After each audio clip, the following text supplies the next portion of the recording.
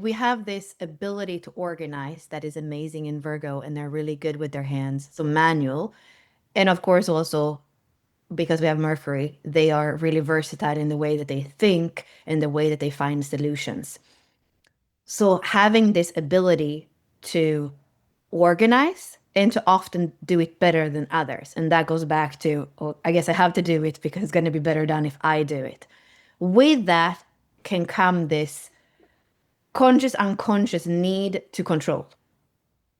So the thing to check yourself if you're a Virgo is that, okay, you get to actually have order in your kitchen. You get to have the things the way you want them.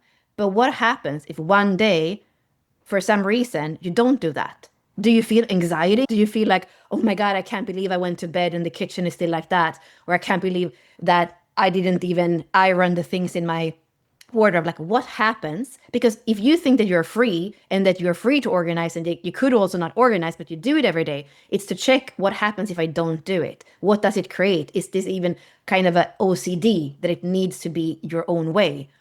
And with the whole control thing, something to look at for Virgos especially is that when you try to control, that is going to push you to feel out of control.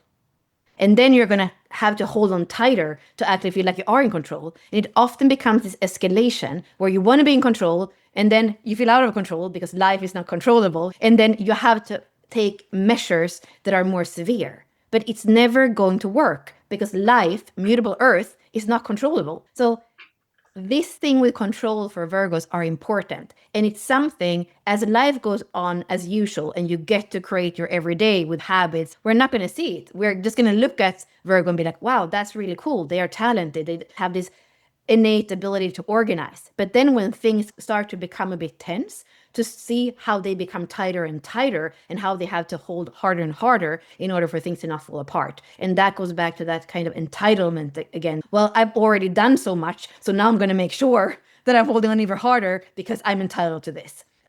That's quite important with Virgo, similar to line 4 and line 6 in the hexagram, if you have those in your profiles or a lot of those lines, it's not very loud. It's usually not loud where we can see that there's this like outburst or aggression.